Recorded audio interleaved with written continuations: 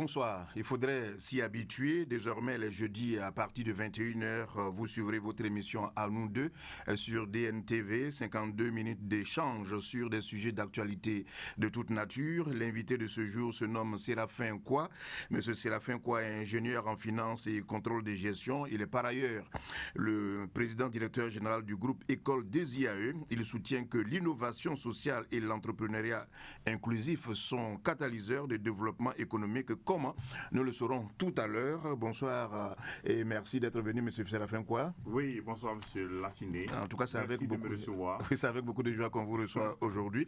Alors, le sujet tel que vous le sentez, nous allons l'aborder dans ce sens-là. Entendons-nous déjà sur les concepts. Lorsque vous dites innovation sociale, à quoi vous faites allusion? Comment il faut l'entendre? Merci, M. Lassiné. L'innovation sociale est une démarche qui vise à trouver de nouvelles solutions pour répondre aux besoins sociaux non satisfaits ou peu satisfaits ou mal satisfaits par le marché. Mais sachez, M. Lassiné, que les crises stimulent l'innovation. Et la crise Covid-19, la crise sanitaire, a fragilisé l'ensemble des grandes entreprises nationales et internationales, même les petites. Il a fallu une innovation pour que ces entreprises résistent et se réinventent. Voilà. Se réinventer. Se réinventer, il faut se réinventer face à la crise. Il faut trouver des solutions, comme la définition le dit ici, il faut trouver des solutions pour pallier les difficultés qui se présentent à vous. C'est-à-dire qu'on quitte la position initiale, c'est cela? Oui. On ne quitte pas la position initiale, mais on améliore. On parlera tout à l'heure d'amélioration continue. Donc là, vous allez voir en termes d'innovation, il y a 4 types d'innovation. L'innovation incrémentale, une innovation mineure, donc on parle d'amélioration continue. Je reprends votre question. Et ça existait depuis les années 60. Donc on parlait de management de la qualité, donc amélioration continue. Il y a l'innovation technologique avec une grande dose de technologie. Je vais vous donner un exemple. Aujourd'hui, avec les voitures électriques, vous allez en Chine ou au Japon, vous pouvez commander un taxi sans chauffeur. Ce n'est pas évident ici encore. Pas encore. L'innovation radicale ou de rupture, je vais vous donner un exemple. On consomme aujourd'hui les insectes, les anétons, les chenilles. Mais c'est très bon, ça donne beaucoup de calcium. Et l'innovation comportementale, donc c'est un autre comportement. Je vais donner un exemple. Aujourd'hui, au lieu de perdre des temps fous dans une banque, avec des applications, vous pouvez connecter le compte à la banque à votre téléphone. Je ne vais pas citer de marque de téléphone, tant mieux d'ailleurs, pour éviter toute publicité. Voilà. Donc à partir de là, j'ai ça, je vais faire mes retraits partout, je gagne en temps, en énergie. Vous voyez, vous voyez la force de la technologie. Donc voici ce que je peux dire au niveau de l'innovation incrémentale, technologique, de rupture technologique. Bon, voilà, voici les 4 types d'innovation. Est-ce que l'innovation est toujours positive? Oui, l'innovation est toujours positive du moment où ça... D'abord, innover, c'est apporter de la valeur. La valeur, ça peut être économique. On parle de le fait d'attirer de nouveaux clients dans votre entreprise. Vous allez augmenter votre chiffre d'affaires. Ça peut être financier. Là, on parlera de la rentabilité. Mais l'innovation aussi peut être organisationnelle. Donc, la manière de fonctionner l'entreprise, de faire fonctionner votre entreprise. Donc, elle est positive. Donc, ça permet à l'entreprise de se réinventer. C'est ce que j'avais dit. D'accord. Lorsque vous dites entrepreneuriat inclusif, est-ce que vous êtes en train de nous faire comprendre que certaines personnes sont laissées sur le bas-côté de la route et n'avancent pas en tant qu'entrepreneurs? Oui, d'abord, l'entrepreneuriat inclusif, je vais donner la définition, c'est une forme d'entrepreneuriat qui permet d'intégrer les personnes marginalisées. Exemple, les personnes en situation de handicap, les jeunes dans les zones rurales, vous avez les jeunes, les chômeurs, les sans-emploi. Donc, comment faire pour intégrer, n'est-ce pas, cette communauté dans une activité économique capable d'avoir des emplois décents? C'est de ça qu'il s'agit. Mais la question, moi je suis expert en entrepreneuriat, la question fondamentale, est-ce que tout le monde peut devenir entrepreneur? Mais avant même de répondre à cette question que vous vous posez déjà, est-ce que véritablement, quand vous dites, vous prenez le cas des personnes en situation de handicap, oui. On a l'impression que vous parlez plus de social que d'entrepreneuriat. Non, c'est vrai que je vous ai dit, ce sont des personnes qui sont marginalisées. D'accord. Donc, comment faire pour les mener dans le tissu économique? Donc, on ne parle pas de social. On veut préparer une nouvelle race d'entrepreneurs malgré leur handicap. Donc, ça, c'est très important. Et là, je vais vous donner un exemple concret. J'ai parlé des zones en zone rurale. L'État du Côte d'Ivoire, à travers le PGDEC, il y a un projet qu'on appelle AMER, apprentissage en milieu rural. Ça consiste à renforcer les capacités des jeunes qui ont décroché et faire en sorte qu'ils aient un emploi décent, ils aient un métier et ils aient un emploi décent. Et là, le lundi, j'étais dans le Moronou, où on a lancé ce projet depuis le 8 mai 2025. Il y a eu une visite de supervision de la Banque mondiale. Ils ont apprécié ce que nous avons fait. Effectivement, nous avons déployé, c'est ça aussi la technologie, nous avons déployé notre pédagogie entrepreneuriale basée sur l'essai-erreur dans le Moronou, négocier avec des fermes, faire des formations, faire de l'incubation. Et vous voyez que quand ils sortent, ces apprenants-là, nous sommes partis avec un partenaire dans la mécanisation agricole, je ne vais pas citer ici, qui permettent à ces jeunes-là, parce qu'aujourd'hui, vous ne pouvez pas demander aux jeunes d'aller à l'agriculture avec la machette et la daba. C'est révolu. Donc, nous avons signé des conventions avec des partenaires, que ce soit au niveau de la mécanisation, que ce soit au niveau des engrais, au niveau de la transformation, pour amener cette frange de la population à s'intégrer durablement dans le tissu économique, y compris les personnes en situation de handicap. Donc on est prêt. Une fois que ces personnes sont sorties de la précarité, vous comprenez qu'on vient de résoudre un problème.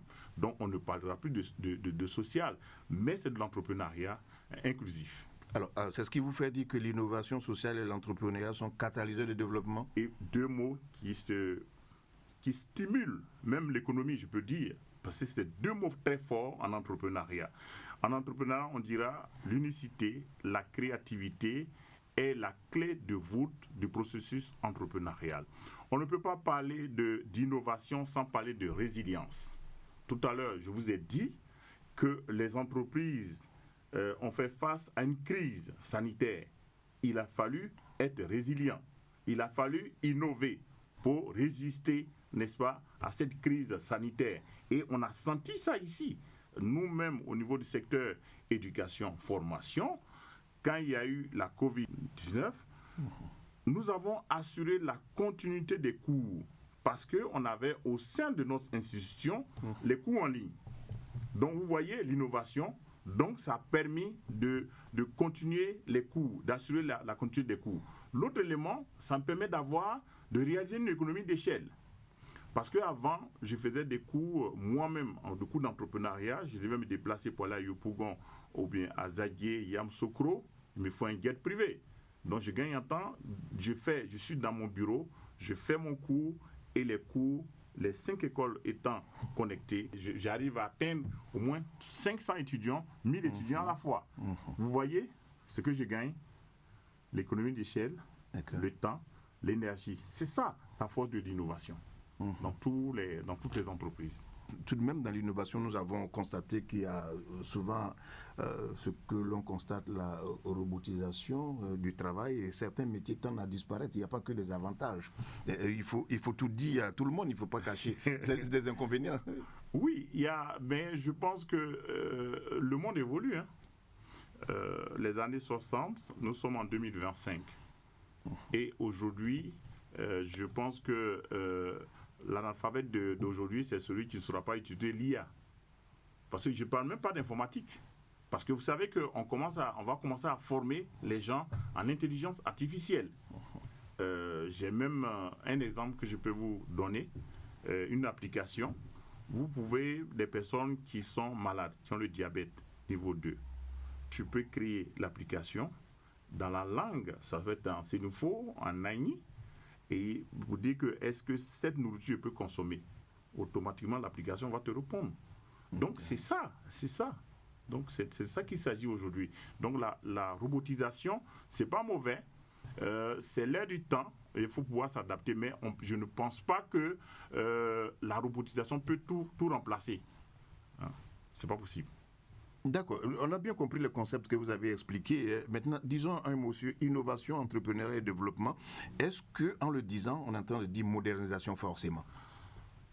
Oh, pas forcément modernisation. On parle si tu parles de modernisation, innovation, parce que bon, comme je l'ai dit, avec ces éléments qui interviennent dans des entreprises, dans le changement de comportement, j'ai parlé des 4 types d'innovation, innovation incrémentale, amélioration continue. Vous voyez, non? Et l'amélioration continue, ça existe toujours dans les entreprises. On parle toujours, on peut faire mieux. Chaque année, même quand on monte le budget, on peut faire mieux. Vous voyez, là, on parle d'amélioration continue. Mais quand je parle d'innovation technologique, j'ai donné l'exemple, c'est plus de technologie, plus de valeur. J'ai donné l'exemple des Motorola, les CMN et tout ça là. Aujourd'hui, vous avez les Samsung, iPhone Max Pro 17. Vous comprenez que ça donne plus de valeur. L'innovation radicale, donc comme vous voyez, par exemple, la consommation des anétons, des chimiques, des éphémères, bon, ça surprend, mais parce que c'est comme ça. Donc voici, c'est comme ça que moi je vois les choses. Alors, je reviens toujours à ma question. Est-ce que cela signifie modernisation véritablement, le développement tel que vous l'abordez? Si on prend le terme modernisation, si on part d'une étape à une autre étape, c'est un changement. La modernisation, c'est un changement. Si vous prenez, par exemple, Abidjan, dans les années 60, et la ville d'Abidjan maintenant, on va dire que la ville s'est modernisée, n'est-ce pas? Donc développée peut-être. Développée, c'est développée. Voilà. Mais on peut se développer peut-être qu'avec l'innovation aussi, bien entendu. Voilà. Mais moi, je vais vous donner un exemple aussi. Quand j'étais aux études au Maroc, il y a un de mes professeurs qui disait que quand la technologie est dépassée en Europe, c'est ça qu'on envoie en Afrique. Est-ce que vous êtes d'accord avec ce concept? Et vous-même, vous êtes d'accord que ce soit vrai? Bon, vous voyez les trains à grande vitesse. D'accord. Est-ce que nous avons ça ici? Ils ont ça depuis des années. C'est maintenant que nous cherchons à faire le métro. D'accord. Donc, vous comprenez. Et au départ, je ne comprenais pas. Mais expliquez-nous mieux cet exemple-là. Mais il dit que quand la technologie est dépassée, c'est là que ça vient en Afrique. C'est ce qu'il a dit. Quand j'étais étudiant. D'accord. Je cherchais à comprendre. Ça veut dire quoi? Ça veut dire que si nous avons raté la révolution industrielle, nous ne devons pas rater la révolution numérique. Et là, en ce moment, nous avons en Côte d'Ivoire des jeunes capables de rivaliser, n'est-ce pas, avec même des gens au Canada et aux États-Unis. L'élément central, c'est quoi? C'est le capital humain. Donc, mettre l'accent sur la formation. Si on est bien formé, mais ça a un coût aussi. Donc quand je dis ça par rapport à mon professeur, parce que la technologie, ça coûte cher. Ça nécessite beaucoup de formation. Est-ce qu'on est prêt à s'investir?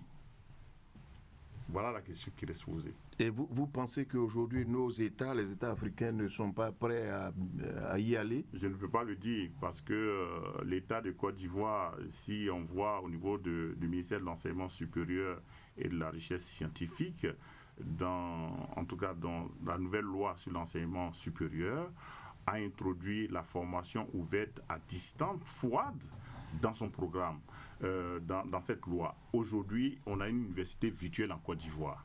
Donc c'est une volonté politique, c'est un pas en avant, mais ce n'est pas encore suffisant. Il faut encore pousser le bouchon pour aller encore plus loin. Donc il y a des investissements qui sont au niveau de l'éducation nationale. On cherche même à former des enseignants, des professeurs au niveau digital. Donc d'ici à l'horizon 2030, on va quand même digitaliser la plupart de nos administrations. On l'a vu, je l'ai vu à la mairie de Yopougon. J'ai vu ça. Vous voulez votre extrait, vous allez là-bas, vous tapez, en un temps record, ça sort. J'ai vu ça. Ça, c'est un cas pratique. La digitalisation de notre administration ivoirienne. Donc, il y a des efforts qui sont faits à ce niveau-là. Il faut les encourager. Ils peuvent faire encore mieux. C'est ce que je peux dire. Mais je vois des pas. Je vous donne un exemple aussi. La digitalisation de l'assurance. Aujourd'hui, quand vous croisez les policiers, ils n'ont pas besoin de te dire « je veux voir ton assurance ». Il suffit de flasher, ils ont ça. Donc ça, c'est IA. Donc ça a été fait, pour votre information, en Côte d'Ivoire ici, par une école, je ne vais pas citer ici, une école étatique.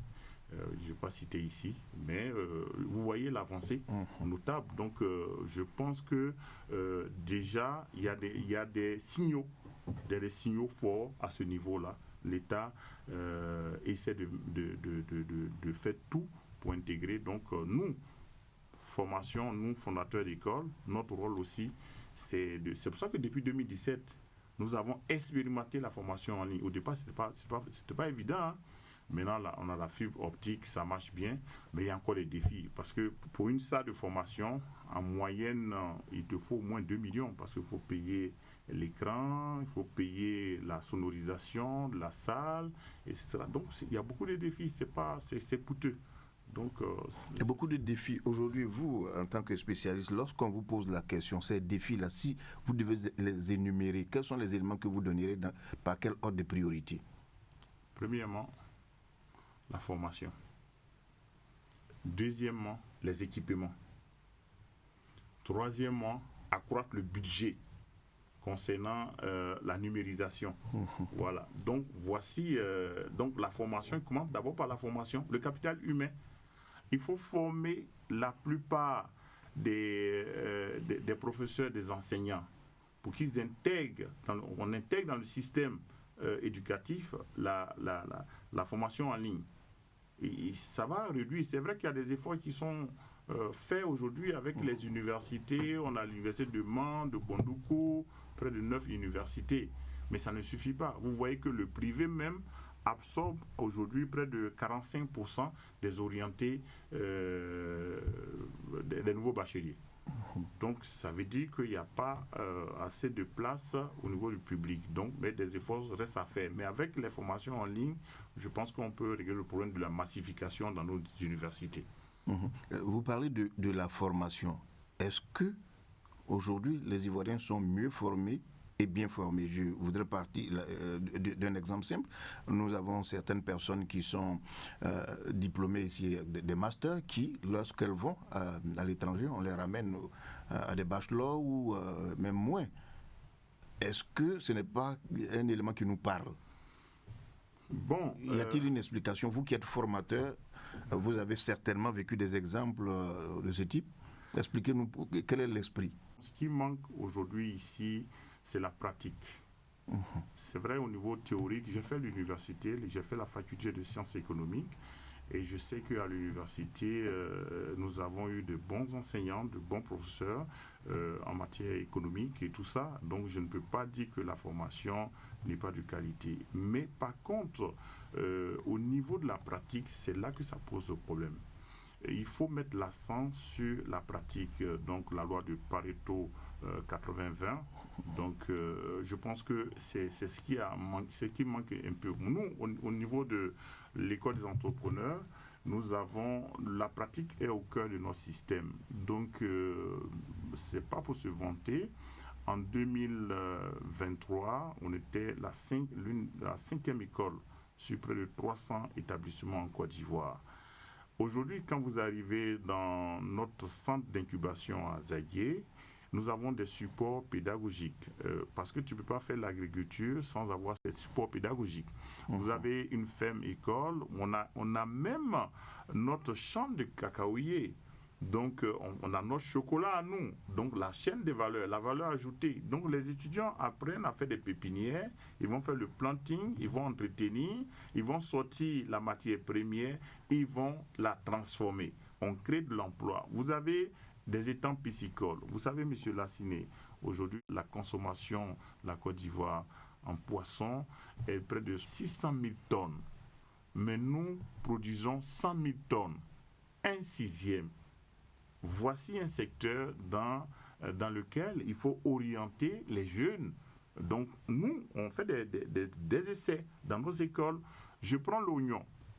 Nous importons 95% de notre consommation. Ce sont des devises qui sortent de notre pays. Et avec un partenaire, Dr Dongo, à Yamoussoukro, nous avons fait des tests, l'oignon violet, et ça a réussi. Par ailleurs, en 2023, au Sahara 2023, j'ai participé à un pitch et j'ai été choisi. On était 15, on était 3, et l'État de Côte d'Ivoire, au travers du CPC, m'a fait partie en Turquie. Je suis allé rencontrer des partenaires et je suis revenu, mais je travaille encore sur le projet. Mais vous m'autorisez à vous accuser de ne pas faire ces propositions de façon concrète à l'État de Côte d'Ivoire pour que ce soit à une échelle plus élevée. Vous êtes dans votre surface et vous restez là, alors que ces propositions, vous pouvez les faire à l'État de Côte d'Ivoire, au ministère concerné. Oui, on travaille beaucoup avec beaucoup de ministères. Je dis merci. Mais ces exemples que vous réussissiez, l'exemple d'Azaguié que vous avez donné et ailleurs, pourquoi est-ce qu'on ne multiplie pas cela pour que la Côte d'Ivoire n'ait plus de besoin d'un riz, un oignon et autre chose? Bon, c'est mon souhait. Je fais ce que je peux faire à mon niveau. On essaie de taper à des portes. Monsieur Kwa, vous n'avez pas tout dit encore. Dites-nous de façon précise comment cela peut se passer. Et qu'est-ce que vous direz au ministre lorsque vous êtes en face de lui pour dire, monsieur le ministre, voici la solution ultime afin que nous puissions réussir? Bon, peut-être que nul n'est prophète ce soir. C'est l'ADA qui le dit, je suis ivoirien comme tout le monde. J'aime souvent rigoler en disant que bon, comme au moins le garde va ensemble, on dira que bon, est-ce que lui là, mais si c'est peut-être un petit blanc qui arrive et qui propose ces solutions, peut-être on va l'accepter. Mais bon, je dis ça pour rigoler. Pour être sérieux, je dis que en fait, il y a eu quand même des contacts. Je travaille avec l'agence Emploi Jeunes, on a su plusieurs projets. On a su un centre d'incubation à Zagué où on a formé des jeunes. Ils ont été financés par l'État du Côte d'Ivoire. Et donc, mais comme tu l'as dit, je veux que cela soit à grande échelle. Donc, peut-être c'est un test. Ils sont en train de me tester, dont je suis conscient. Et avec le PGDEC aussi dans le Moronou, je suis en train de former 200 jeunes. Donc, je suis à fond. Et si je passe, je réussis, je pense que demain, pourquoi pas, M. Toali du PGDEC peut m'appeler pour dire, monsieur quoi, vu le succès, la Banque mondiale aussi, vu le succès que vous avez réalisé dans le Moronou, maintenant on vous donne 1000 étudiants et 1000 jeunes à former dans toute la côte. Parce que l'un de mes slogans, au début en créant l'école, transformer la Côte d'Ivoire de projet en projet. Mais très bien. Alors, M. Séraphin Kwa, qu'est-ce qui manque en Côte d'Ivoire? C'est la compétence ou ce sont les moyens pour que les jeunes Ivoiriens puissent être de grands entrepreneurs? Je dirais, d'abord, je ne dirais pas la compétence, je dirais les moyens, mais avant les moyens aussi, il faut la compétence. D'accord. Donc, vous avez dit, mais monsieur quoi, je ne vous suis pas totalement. Voilà. J'arrive. Donc, tout à l'heure, je vous ai dit quoi? Je vous ai dit qu'au niveau de la formation, il faut changer de paradigme. D'accord. Associer la pratique, n'est-ce pas, à toutes les formations. Je vais vous dire, le meilleur incubateur en Côte d'Ivoire, la médecine. Les étudiants en médecine. Comment on les forme en Côte d'Ivoire? Je prends cet exemple-là, vous allez comprendre pourquoi je dis la compétence. Les médecins en Côte d'Ivoire, comment on les forme? Moi, j'avais mon grand frère, quand je paie à son âme, docteur Étienne, qui est décédé. Moi, j'étais à la faculté des sciences économiques, lui, c'était en médecine. Donc, je partais avec lui. Souvent, parce que je voulais être pharmacien. Malheureusement, on m'a envoyé en sciences économiques. Non, pas malheureusement, vous servez toujours la Côte d'Ivoire. Voilà. Alors, donc, je partais, il travaillait sur les hommes. C'est des cas pratiques. Donc, le même incubateur, si dans chaque secteur d'activité, on forme les gens en ayant des incubateurs, l'exemple que je viens de donner de la médecine, si on forme des gens en droit, l'incubateur c'est quoi? C'est chez les notaires, chez les avocats. Mais on ne peut pas former ces personnes-là, ils sortent, n'ont jamais fait de pratique. Je me rappelle bien, ça me permet de répondre maintenant à la question. La faculté des sciences économiques, peut-être que c'est maintenant que ça a changé. Quand vous êtes en maîtrise, il n'y a pas de mémoire. On fait un mémoire, mais on ne va pas dans l'entreprise. Peut-être que ça a changé maintenant. Donc, ce sont ces cas pratiques-là. Il faudrait que, même s'il y a des mémoires, on doit les faire à partir des entreprises. Je vous donne un autre exemple. Ma fille, elle est au Canada. elle a fini sa licence, avant d'aller faire le master, elle doit travailler d'abord. Avant de faire le master. Voilà comment ça fonctionne là-bas. Donc c'est ce qu'il faut intégrer ici, c'est ce que notre ministre essaie de faire. Mais il faut aller au-delà. Il faut aller au-delà. Ce sont des conseils, des orientations que je donne, ce sont des propositions. Voilà. Si on arrive à intégrer tout ça, je pense que ça va donner encore plus de tonus. Mais tel que vous le dites, pourquoi est-ce que cela n'est pas perçu immédiatement par tout le monde? Bon, ça, je ne saurais le dire. La Côte d'Ivoire est indépendante depuis 1960. Bon, c'est deux systèmes. Hein. C'est deux systèmes. Moi, j'ai eu la chance de faire le système ivoirien et le système nord-américain. Ce système, ce que vous proposez aujourd'hui, qui est du concret, pourquoi est-ce que vous pensez que ce n'est pas perçu automatiquement? Qu'est-ce qui fait le blocage? C'est le même système depuis les années 60. À partir de 2012, on a basculé au système LMD, licence, master, doctorat. Mais ça veut dire quoi? Le LMD, c'est formé autrement. Le LMD, c'est la mobilité des acteurs. Le LMD, c'est la capitalisation des acquis. Le LMD, c'est faire en sorte que les apprenants qui sortent de nos écoles soient directement opérationnels, prêts à l'emploi. Voilà. Mais pour le faire, il faut que la pratique soit au cœur du système. Donc c'est sur ça que moi j'insiste. Voici sur ces aspects-là, le ratio, nombre 25 apprenants par salle de classe, tous ces éléments-là, il faut les respecter. Bon, est-ce qu'on les respecte? Bon. Vous ne pouvez pas laisser la question sans une réponse. Vous pensez que ces choses ne sont pas respectées pour qu'on puisse avancer, c'est cela? Il doit y avoir certainement des contraintes. Il y a des contraintes. Je vais vous dire ce que j'ai apprécié au ministère de l'Enseignement supérieur qui, malheureusement, les gens ont arrêté. C'est qu'en 2012, ils ont commencé à faire le classement des établissements privés. Donc, c'est une émanation. C'est-à-dire que ça permet de voir qui fait quoi au niveau de l'enseignement supérieur. Et c'était motivant. C'était motivant, encourageant. Une sorte de compétition, saine entre les acteurs. Malheureusement, depuis peut-être 2 ans, c'est arrêté. Et donc, ça ne motive pas. Ça dit que quand tu dis que, bon, tout à l'heure, je vous ai dit qu'on a été classé 5e.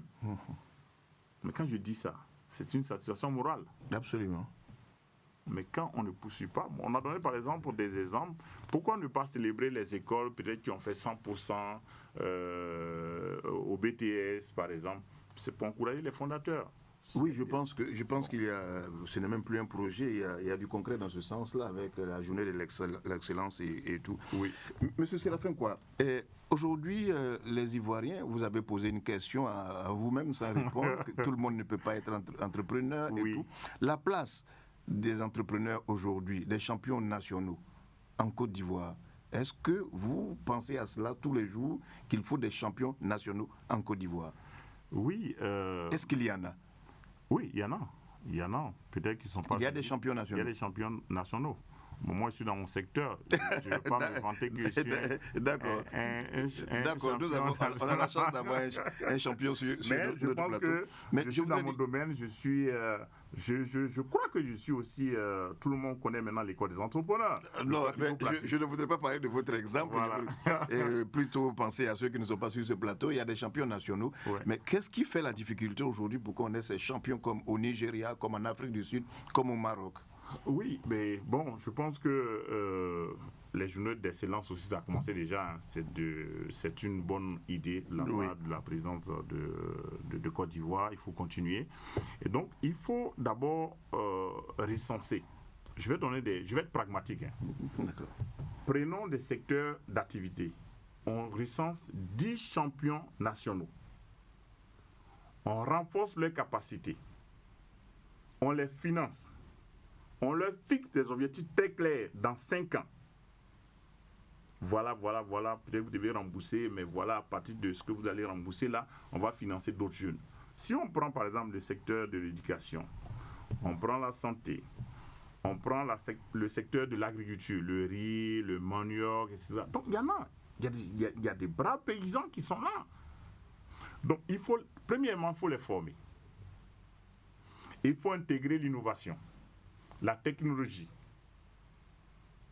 l'encadrement, le suivi et le financement. Je pense qu'à ce prix-là, on aura des champions nationaux. Et l'exemple, moi j'ai vu, c'est le Nigeria. Le président Obasanjo, avant de partir, a fait des champions nationaux. On peut le faire ici. Et je pense comment est-ce qu'il a procédé pour que ce soit aujourd'hui devenu un exemple cité par tout le monde? Oui, ben bon, peut-être que... Pour résumer vraiment. Pour résumer, je pense qu'il a fait confiance aux nationaux. C'est déjà ça. Par exemple, on dit pour déléguer, il faut d'abord faire confiance. Et c'est quoi déléguer? Donc, quand tu as délégué, c'est quoi les tâches? Après, il faut passer pour faire le contrôle. Je donne un exemple comme ça pour mieux comprendre. Donc, si on détecte dans chaque secteur d'activité des personnes qui émergent, qui sont sérieux, qui bougent, et qu'on les encadre, on les finance, je pense que c'est ce qu'il a fait là-bas. Hein. Moi, quand je regardais... Mais ce n'est pas la volonté qui manque chez les Ivoiriens. Bon, je ne dirais pas ça. La volonté est là, mais parce que ce n'est pas encore visible, en fait. Parce qu'on parle des champions nationaux au niveau de la CGC Academy, il y a des actions qui sont posées là-bas. Je me rappelle bien, je travaille avec eux aussi depuis 2013. Il y a des compétitions, donc ils financent des jeunes. Mais ce qui manque, je vais vous dire, c'est la communication. Quand vous avez financé tous ces jeunes, mais il faut les présenter. Si on les présente, on saura qu'ils sont là. Mais si on ne les voit pas, bon, on fait une émission et puis bon, ça s'arrête là, c'est pas évident. Donc je pense que c'est ça aussi. Il faut mettre l'accent sur la communication. Le travail est fait, mais moins de communication. Peut-être c'est ça. Oui, bon, c'est un exemple que vous donnez, mais moi, j'ai l'impression, moi, qu'on n'a pas totalement confiance aux produits nationaux. Lorsque des jeunes entrepreneurs ivoiriens font des propositions, on préfère peut-être travailler avec des entrepreneurs qui viennent de l'extérieur. C'est une réalité qu'il ne faut pas cacher, non? Bon, nul n'est prophète ce soir. Peut-être que c'est ça, mais... Vous ne l'avez pas constaté dans la pratique de tous les jours? Et d'ailleurs, c'est ce qui nous fait penser que souvent la compétence manque. Quand il y a des infrastructures à construire, des routes, ce n'est pas souvent des Ivoiriens. Oui, mais bon, je pense que dans la loi, l'État même a commencé à concéder 30% des marchés publics aux PME. Donc déjà, c'est une décision qui est prise par l'État de Côte d'Ivoire, c'est déjà important. Mais comme vous le dites, les jeunes, il faut plus encore peut-être, il faut plus encore. 30% c'est bon, mais si on peut monter à 40%, pourquoi pas? On peut sentir maintenant cette jeunesse engagée. Et puis bon, à mettre en place des mesures incitatives au niveau de la fiscalité. Et donc, ces mesures-là vont pouvoir permettre d'aider ces jeunes entrepreneurs. Je vais vous donner un exemple. Il faut être reconnaissant envers l'État de Côte d'Ivoire. Quand moi, j'ai créé l'école en 2006, j'ai fait au temps du FNS, Fonds national de solidarité, je me rappelle bien, je connaissais personne là-bas, et j'ai soumis mes dossiers, j'ai obtenu un financement de 10 500 000. Mais j'ai pu rembourser. Aujourd'hui, vous êtes parti de là. C'est des exemples qui existent. Il faut le dire. Quand l'État a fait, il faut le reconnaître, encourager et puis demander encore plus. Donc, imaginez, c'était 10 millions en 2008. Maintenant, nous sommes en 2025. Si vous avez plus, vous faites mieux. Si j'ai 1 milliard, vous allez voir ce que ça va faire. Donc, votre question, c'est ça. Ma question a donc un sens. Je vois votre question maintenant. Si maintenant j'ai 1 milliard d'accompagnement et j'ai 5 écoles, je peux peut-être avoir 10 écoles. Et puis bon, en fait, c'est le financement qui pose problème. Parce qu'on arrive à un niveau où je dois traverser. Et ce n'est pas évident. Est-ce que vous sentez que nous sommes en voie de créer des champions nationaux? Vous le sentez? Oui, on le sent parce que... Et quels sont les signes qui vous le prouvent? Les signes, on voit déjà avec le patronat. le patronat CGC Academy qui encourage, qui chaque année incite les jeunes à présenter des projets et à les encadrer, à les soutenir, à trouver des financements pour eux. J'ai donné mon exemple aussi, la CGC, le CPC m'a fait partie en Turquie en 2023 au Sahara. Ce sont des exemples, donc il faut le reconnaître, il faut être positif, parce que bon, un entrepreneur doit être toujours positif, hein. Donc on croit que les solutions sont en train de venir, et je pense que puisque le gouvernement met l'accent sur la jeunesse, les emplois décents, donc je pense qu'à ce niveau-là, il faut continuer de croire que les solutions vont venir. Et bon, merci à vous aussi pour ces émissions. Ça permet quand même de voir que certaines personnes sont sur le terrain, on travaille pour la Côte d'Ivoire. Donc voilà. DNTV suit toutes les actualités économiques du pays. Alors justement, puisqu'on parle d'économie, notre économie étant détenue à plus de 80%, souvent, c'est le chiffre que nous entendons, par des capitaux étrangers, comment est-ce qu'on peut inverser la tendance? Ah oui, donc on dit, c'est la loi du Pareto, 20% de grandes entreprises contribuent à hauteur du PIB à hauteur de 80% et 80% des PME contribuent à hauteur du PIB. Donc, c'est ce que vous venez de dire. Maintenant, comment inverser Parce que inverser la situation arrangerait bien des pays en voie de développement, des pays comme la Côte d'Ivoire. Bon, moi, je vais prendre un cas très simple. D'accord. Je vais prendre le cas de mon école. On a 70% d'orientés et on a 30% de privés. Donc, on veut inverser la tendance. Avoir plus de privés que d'orientés. Pour le faire, il faut mettre des mesures en place. Attirer plus de clients, montrer à la Côte d'Ivoire que l'école met l'accent sur la pratique. Donc, quand nous allons attirer plus de privés, on va renverser la tendance. Mais ce n'est pas évident, parce qu'il y a des entreprises coloniales, M. Lassiné. Des entreprises coloniales, vous avez des entreprises françaises. Bon, on dirait plus coloniales. mais c'était là depuis pas longtemps. Donc, je vais dire d'accord, je comprends. Maintenant, donc, pour faire ça, la condition, c'est d'avoir des champions nationaux, premièrement. Deuxièmement, mettre l'accent sur la formation, renforcement des capacités, avoir une nouvelle race d'entrepreneurs. Parce que la fonction publique ne peut pas embaucher le flot d'apprenants qui sortent des universités publiques, grandes écoles privées. Donc, la solution, c'est l'entrepreneuriat. Mais comment on va entreprendre? C'est pour ça que l'État doit mettre en place des fonds de garantie.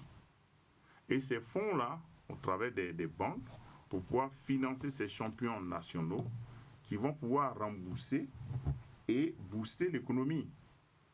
Vous voyez? Donc, et puis bon, on doit produire, on doit transformer. Le mal, c'est que ce qu'on produit, on ne consomme pas. Et on importe tout ce qu'on ne produit pas. Et on les consomme. Voilà le problème. Donc, si vous voulez inverser la tendance, c'est de consommer local. Il faut consommer local.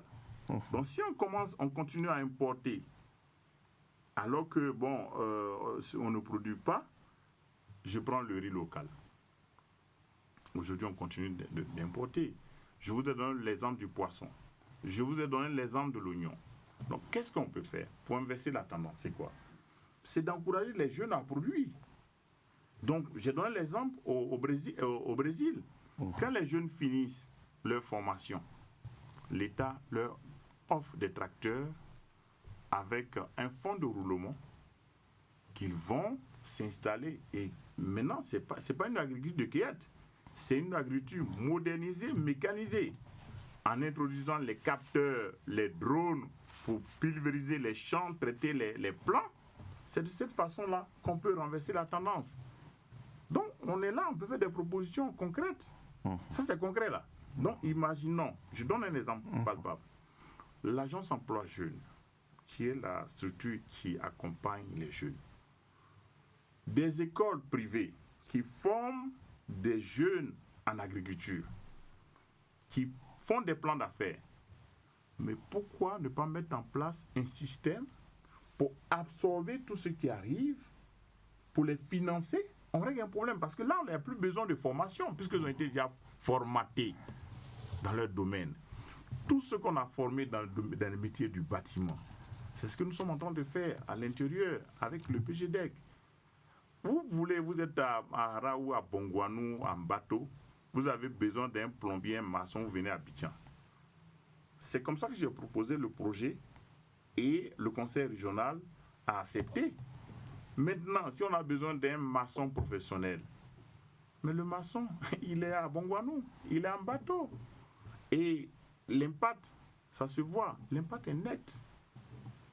On peut avoir l'annuaire des plombiers, l'annuaire des petits métiers, des maçons dans la région du Moronou. Et ça, quand on va finir, c'est ça qu'on va faire. Il y a même un que nous avons formé, parce qu'en 2022, nous avons formé 90 jeunes de la ville, de la commune de Mbato, grâce à l'agence emploi jeunes. Le lundi, lors de la visite de supervision de la Banque mondiale, un des anciens est devenu maître artisan. Et c'est lui qui encadre, n'est-ce pas, ses petits frères dans un domaine, il a des marchés de construction. Voici un impact qui est mesurable. Je peux le dire, de ce que nous avons fait dans le Moronou. Et nous allons continuer. Et ça me rappelle, quand j'ai dit au départ à la création de l'école, quand j'ai donné le slogan « Transformer la Côte d'Ivoire de projet en projet ». Mais je me rends compte que c'est en train de venir. Parce qu'aujourd'hui, c'est le Moronou. Demain, je peux aller à Kong, je peux aller à Korogo, je peux aller à Bondiali. J'ai tout le dispositif, j'ai les enseignants, j'arrive dans une ville, je déploie mon dispositif, je collabore avec des locaux et nous faisons de l'incubation. Et je pense que voici, pour être pragmatique, pour changer la donne en matière d'entrepreneuriat jeunesse, c'est ce que je fais. Et je le fais tellement avec amour, passion, parce que c'est ce que j'ai choisi comme métier. Ne deviens pas entrepreneur qui veut, mais qui peut. Mais qui peut, je vous comprends parfaitement. Qui peut, justement, c'est pourquoi je vais poser cette question. Ce dilemme-là, comment est-ce qu'on peut le régler? Parce que jusqu'aujourd'hui, et tout à l'heure vous l'avez répété, quand on demande à des personnes d'être entrepreneurs, elles disent « nous voulons être financés, nous voulons des financements ». En face, l'État dit « vous avez approuvé et vous devez partir de zéro ». C'est deux positions totalement opposées, contraires. Comment est-ce que on trouve le juste milieu? Oui. Parce que ce n'est pas réaliste de partir de zéro. Docteur Maté vous dira le contraire. Mais je vais vous donner un exemple. Moi, je pense que je viens de finir la réunion de supervision avec la Banque mondiale et j'ai été séduit par un exemple palpable dans les villages, en zone rurale. Ils ont créé ce qu'on appelle AVEC, Association Villageoise de Crédit et d'Épargne. Ce sont des personnes comme des mutualistes qui mettent leurs biens en commun, c'est-à-dire qu'ils se mettent ensemble et ils épargnent. Donc, à supposer qu'on dit chaque mois, on doit déposer 1000 francs. On est 10, ça fait combien? Ça fait 10 000. D'accord. Si on est 100, ça fait combien? Ça fait 100 000. On peut dire par semaine. Et ce que j'ai observé lors de la présentation, c'est que ces personnes qui empruntent, dans ce cas de figure-là, remboursent totalement, pratiquement à 100%. Donc c'est quoi? L'élément déclencheur, c'est la volonté. C'est pour ça que j'ai dit, ne deviens pas entrepreneur qui veut mais qui peut. C'est un métier. Alors, on ne fait pas l'entrepreneuriat par défaut. Justement, c'est là que se trouve le problème. On dit, ah oui, je vais faire l'entrepreneuriat. Comme on sait qu'il y a de l'argent, on donne l'argent. D'accord. Et puis après, il va passer un concours. Il n'est pas prêt, il ne veut pas prendre de risques. Parce que l'entrepreneur, c'est celui qui prend les risques. Est-ce que les gens, la question que je pose maintenant, est-ce que les gens sont prêts à prendre des risques? Parce que oui, nous, notre structure, bientôt, aura 20 ans. J'ai pris beaucoup de risques. Et vous pensez que jusqu'à présent, les Ivoiriens ne veulent pas prendre de risques? Les Ivoiriens se voient plutôt dans la fonction publique? Le dire, c'est injurier des aînés, des gens, des entrepreneurs en Côte d'Ivoire. Non, si c'est un constat, on peut le dire. Non, mais il y a quand même des Ivoiriens qui prennent des risques. Parce qu'on a des modèles d'hommes d'affaires ici, je ne vais pas citer ici avec votre permission. Sinon, moi j'ai mon modèle d'homme d'affaires en Côte d'Ivoire. Quand je les regarde, je dis, bon, demain je vais devenir comme eux, moi aussi je vais avoir ma banque.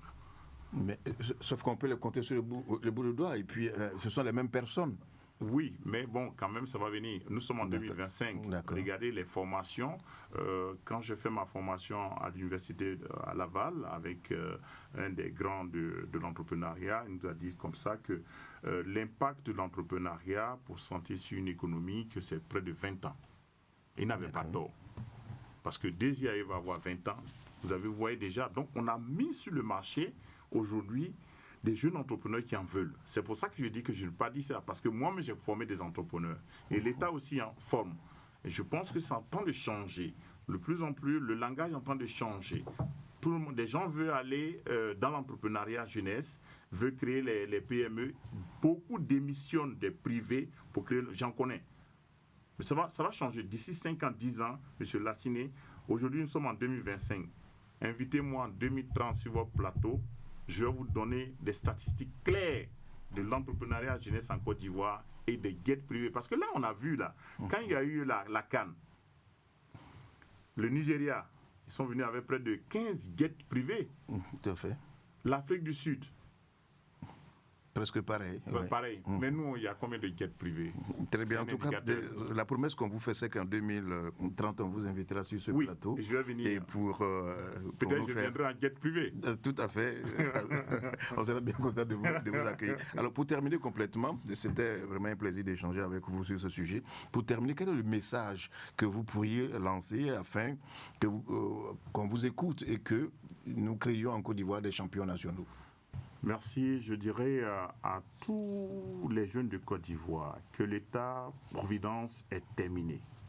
Il est important qu'ils prennent leur destin en main en mettant l'accent sur la formation. Il faut continuer de vous former. Ne vous arrêtez pas seulement au niveau BTS ou licence. Renforcez vos capacités parce que le monde aujourd'hui bouge. Intégrer l'innovation, là je m'adresse aux entrepreneurs ivoiriens, intégrer l'innovation dans votre process, dans vos produits, dans vos services, parce que c'est ça qui va faire que vous allez résister face au choc.